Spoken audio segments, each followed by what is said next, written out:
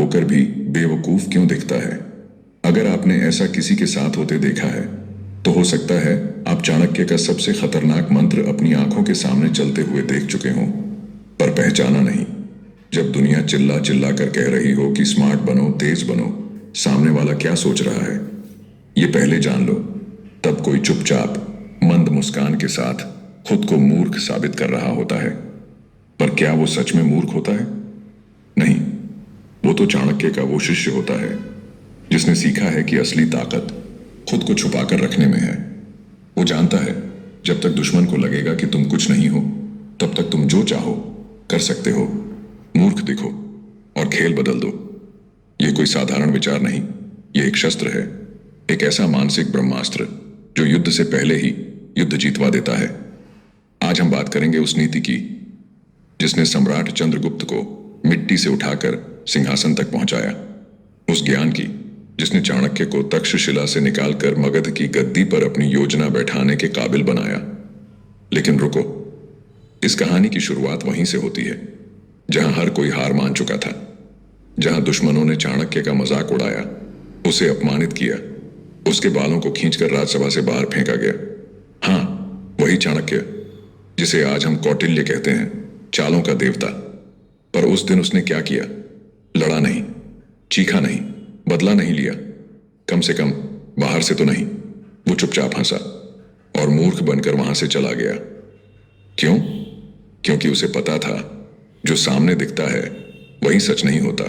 उसने सीखा था अगर तुम शक्तिशाली हो और यह बात सबको पता चल जाए तो दुनिया तुमसे डरने नहीं लगती बल्कि तुम्हें मिटाने लगती है। लेकिन अगर तुम खुद को कमजोर दिखाओ, मूर्ख दिखाओ, तो सामने वाला तुम्हें हल्के में लेता है और तब वहीं से तुम्हारा असली खेल शुरू होता है। चाणक्य ने उस दिन दुनिया को एक मंत्र दिया था, बुद्धिमान वह है जो समय आने तक अपनी बुद्धि छुपा कर रखे और जब समय आए तो पूरी दुनिया को हिला दे। अब सोचिए, क्या आपने कभी किसी ऐसे इंसान को देखा है जो बार बार हारता है पर फिर भी मुस्कुराता है, जिसे सब बेवकूफ कहते हैं, लेकिन उसकी हर हार के बाद कोई बड़ा बदलाव आता है? वो मूर्ख नहीं होता, वो चाणक्य का चेला होता है। और हो सकता है आप खुद भी वही हो, बस अभी आपको यह ज्ञान नहीं मिला। ये वीडियो सिर्फ एक वीडियो नहीं है, ये आपके जीवन का टर्निंग पॉइंट हो सकता है। अगर आपने अब तक खुद को बेवकूफ समझा है, अगर दुनिया ने आपको नजरअंदाज किया है, अगर आपने खुद को हर बार कमजोर महसूस किया है, तो यह वीडियो आपके लिए है। क्योंकि यहां से हम आपको ले चलेंगे उस अंधेरे रास्ते पर जहां चाणक्य चले थे, जहां हर मोड़ पर अपमान था, धोखा था, हार थी, लेकिन हर हार में एक सीख थी, हर सीख में एक योजना थी और हर योजना में एक क्रांति थी। इस वीडियो में हम आपको बताएंगे कैसे मूर्ख बनना एक रणनीति है, कैसे चाणक्य ने इस मंत्र का इस्तेमाल कर बड़े बड़ों को चारों खाने चित्त कर दिया।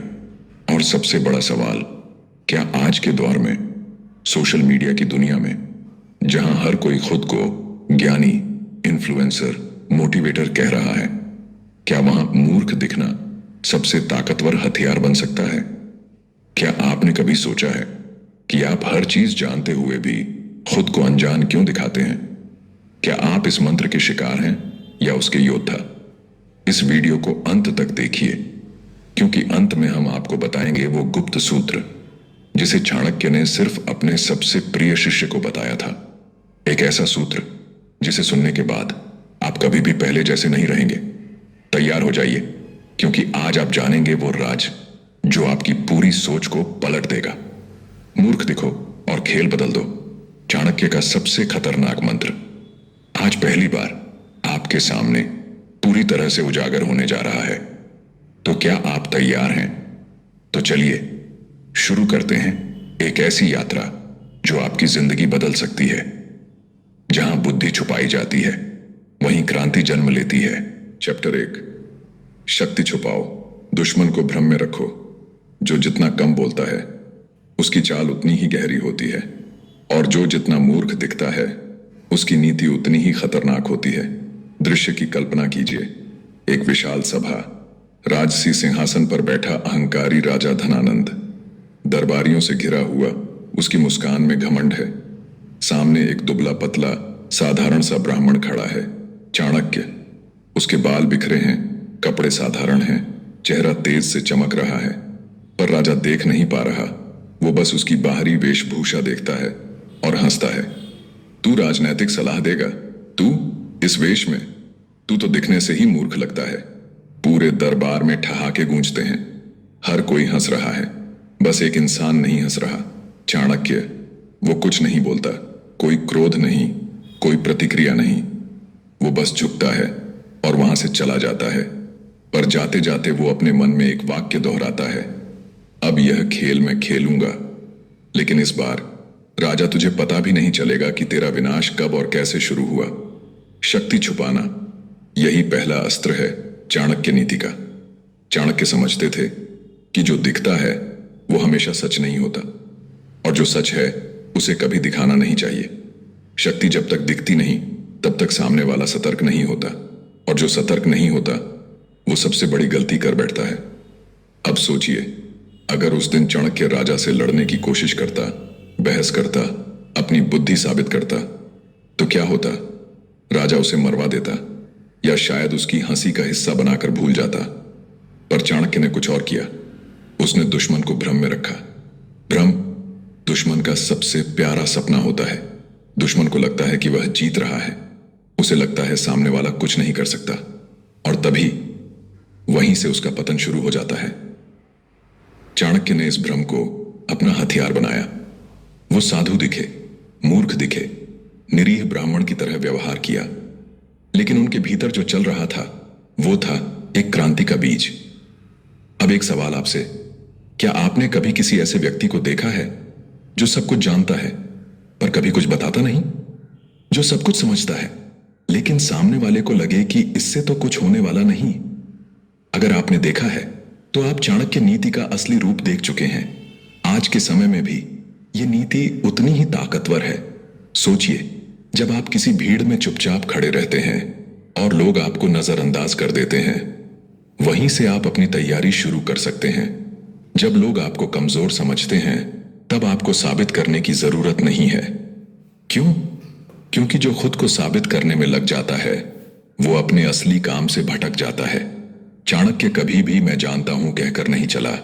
उन्होंने हमेशा कहा, मैं सीख रहा हूं, लेकिन असल में वो सब कुछ देख रहे थे, सुन रहे थे, समझ रहे थे। वो वक्त का इंतजार कर रहे थे, और जब वक्त आया उन्होंने पूरा साम्राज्य हिला दिया। अब जरा सोचिए, आप क्या करते हैं? क्या आप हर जगह खुद को साबित करने की कोशिश करते हैं? हर बात पर बोलते हैं? हर बार जब कोई आपको चुनौती देता है आप बहस में कूद पड़ते हैं? अगर हां, तो आप चाणक्य नीति के खिलाफ जा रहे हैं। क्योंकि चाणक्य कहते हैं, समझदार वह नहीं जो हर जगह बोले, समझदार वह है जो तब बोले जब बोलने से इतिहास बदले। चाणक्य ने अपने शत्रुओं को मूर्खता का भ्रम दिया। उन्हें लगा यह ब्राह्मण कुछ नहीं कर सकता, पर उसी ब्राह्मण ने कुछ सालों बाद एक ऐसा सम्राट खड़ा किया जिसके सामने वही राजा धनानंद नतमस्तक हुआ। याद रखिए, शक्ति जब तक छुपी हो वो छाया बनकर काम करती है, और जब सामने आती है तो तूफान बनकर सब कुछ बहा ले जाती है। अब सवाल उठता है, क्या आप भी अपनी शक्ति को छुपा सकते हैं? क्या आप भी चुप रहकर तैयारी कर सकते हैं? क्या आप भी मूर्ख दिखकर दुनिया को भ्रमित कर सकते हैं, और जब सही वक्त आए तो सबको चौंका सकते हैं? अगर हां, तो आप चाणक्य नीति के असली योद्धा हैं। अगले अध्याय में जानिए कैसे चाणक्य ने अपने मूर्ख दिखने की रणनीति से पूरा मगध साम्राज्य पलट दिया। चैप्टर 2, नाटक का सबसे बड़ा कलाकार, चाणक्य का मास्टर प्लान। जब दुनिया ताली बजा रही थी तब वो चुपचाप बिसात बिछा रहा था। सबको लगा खेल खत्म हो गया, पर असली चाल तब चली गई जब सबने सोचना छोड़ दिया। दृश्य की कल्पना कीजिए, मगध के घने जंगलों में एक बूढ़ा ब्राह्मण हर रोज एक बालक को तलवार चलाना सिखाता है। पर वो ब्राह्मण कोई साधारण शिक्षक नहीं, वो है चाणक्य। और वो बालक, वो कोई राजकुमार नहीं, वो है एक साधारण अनाथ भूखा प्यासा बच्चा, चंद्रगुप्त, जिसे समाज ने त्याग दिया, जिसे राज्य ने अनदेखा कर दिया, और जिसे किसी ने योग्य नहीं माना। लेकिन चाणक्य ने देख लिया था इस बालक की आंखों में राज करने की आग। और वहीं से शुरू हुआ चाणक्य का सबसे बड़ा नाटक, उसका मास्टर प्लान। चाणक्य जानते थे धनानंद को हराने के लिए तलवार नहीं बल्कि एक मुखौटा चाहिए, एक ऐसा मोहरा जो सबके सामने लड़े, और एक ऐसा खिलाड़ी जो पर्दे के पीछे पूरी बिसात चला सके। क्यों? क्योंकि कभी कभी जीतने के लिए खुद को पीछे हटाना पड़ता है। खुद को राजा नहीं दिखाना पड़ता बल्कि राजा बनाना पड़ता है। और वही चाणक्य ने किया। उन्होंने दुनिया को दिखाया, मैं एक गुरु हूं, बस शिक्षण करता हूं। लेकिन अंदर ही अंदर वो एक सम्राट गढ़ रहे थे। अब सोचिए, क्या कोई इतना महान अभिनेता हो सकता है जिसने खुद को इतना शांत, इतना सरल दिखाया कि दुश्मन कभी समझ ही नहीं पाया कि असली खतरनाक कौन है। धनानंद को लगता रहा, अरे चाणक्य तो चला गया, वो तो जंगलों में भटक रहा है, अब मुझे कौन चुनौती देगा। लेकिन वो नहीं जानता था जिस चाणक्य को उसने दरबार से निकाल फेंका था वो जंगल में बैठकर एक राजा की आत्मा बना रहा है। और यही था नाटक का सबसे खतरनाक हिस्सा।